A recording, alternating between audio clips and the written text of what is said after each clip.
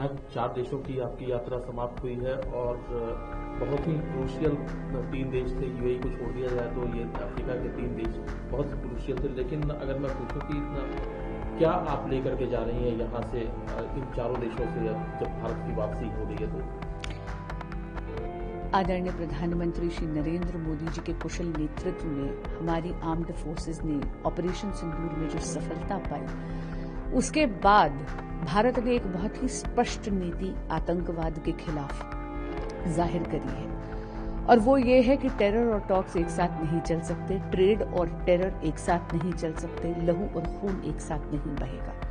लेकिन क्योंकि भारत हमेशा वसुधैव कुटुंबकम यानी पूरे की पूरे विश्व को एक फैमिली मानता है, एक परिवार मानता है और विश्व मित्र की भूमिका निभाता है, इसीलिए ये पहचाना गया कि टेररिज्म एक रीजनल प्रॉब्लम नहीं है, ये एक ग्लोबल प्रॉब्लम है। और भारत की ये बहुत स्पष्ट नीति का ही मैसेज लेकर, ये संदेश लेकर 7 डेलीगेशंस अलग अलग दिशाओं में निकले हैं। हमारा डेलीगेशन ग्रुप नंबर 4 था, जो माननीय श्रीकांत एकनाथ शिंदे जी के कुशल नेतृत्व में 4 देशों के दौरे पर आया था। लेकिन ये टूर नहीं था, ये उद्घोष था भारत के सुदृढ़ संकल्प का।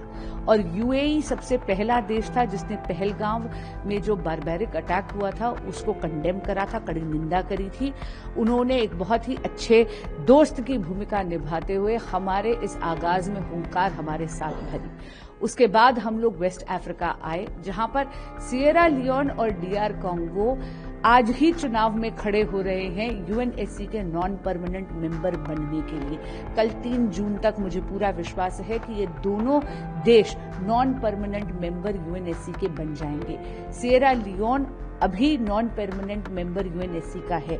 यानी ये तीनों देश जो वेस्ट अफ्रीका के हैं, ये न केवल भारत के पुराने मित्र हैं, हमारे बहुत अच्छे बायलैटरल रिलेशनशिप है इन तीनों देशों के साथ, बल्कि ये बहुत ही महत्वपूर्ण भूमिका निभा रहे हैं वैश्विक पटल पर। और हम यहाँ पर इनकी यही प्रभाव की शक्ति का आवाहन करने के लिए आए थे। मुझे बहुत खुशी है ये कहते हुए कि हमारा डिप्लोमैटिक मिशन बहुत ही सक्सेसफुल रहा है, सफल रहा है। सिएरा लियोन और लाइबेरिया के तो पार्लियामेंट में आपने देखा कि मौन रखा गया पहलगाम के विक्टिम्स की मेमोरी में, और डीआर कॉन्गो ने भी बहुत कड़े और बहुत अच्छे शब्दों में ये कहा है कि हमारे ग्लोबल वॉर अगेंस्ट टेररिज्म में वो हमारे साथ खड़े हैं। मुझे बहुत ही खुशी है ये कहते हुए कि 140 करोड़ भारतीयों का जो संकल्प है आतंकवाद के खिलाफ, उसका आगाज, उसका उद्घोष अब पूरे विश्व में हो रहा है।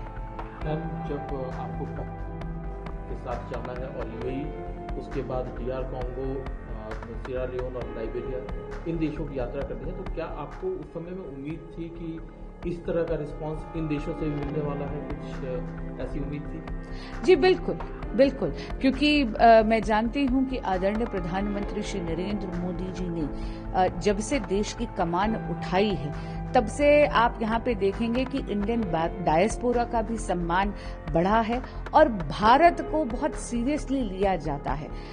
इसी दौरान आपने ये भी देखा, हमारे दौरे में एक बहुत बड़ी खुशखबरी हमें मिली कि भारत सबसे बड़ी अर्थव्यवस्था बन गया है विश्व में। 4th लार्जेस्ट इकोनॉमी होने का एक अपने आप में बहुत महत्व होता है, और मुझे लगता है ये सारे के सारे वो चारों वो देश हैं जो हमारे बहुत पुराने मित्र हैं। ये वो देश हैं जिनका साथ हमने कोविड में भी निभाया था, और क्योंकि अब हम वैश्विक पटल में 4th लार्जेस्ट इकोनॉमी बन गए हैं, और जो डिप्लोमेसी 1 दशक से मोदी एडमिनिस्ट्रेशन ने करी है, उससे मुझे लग रहा था कि हमें बहुत ही ज्यादा अच्छा रिस्पांस मिलेगा। लेकिन हाँ, आपके माध्यम से यहाँ के इंडियन डायस्पोरा का धन्यवाद जरूर करना चाहूंगी। जो वात्सल्य उनसे मिला, जो ममत्व उनसे मिला, जो स्नेह उनसे मिला, घर की थोड़ी कम याद आई।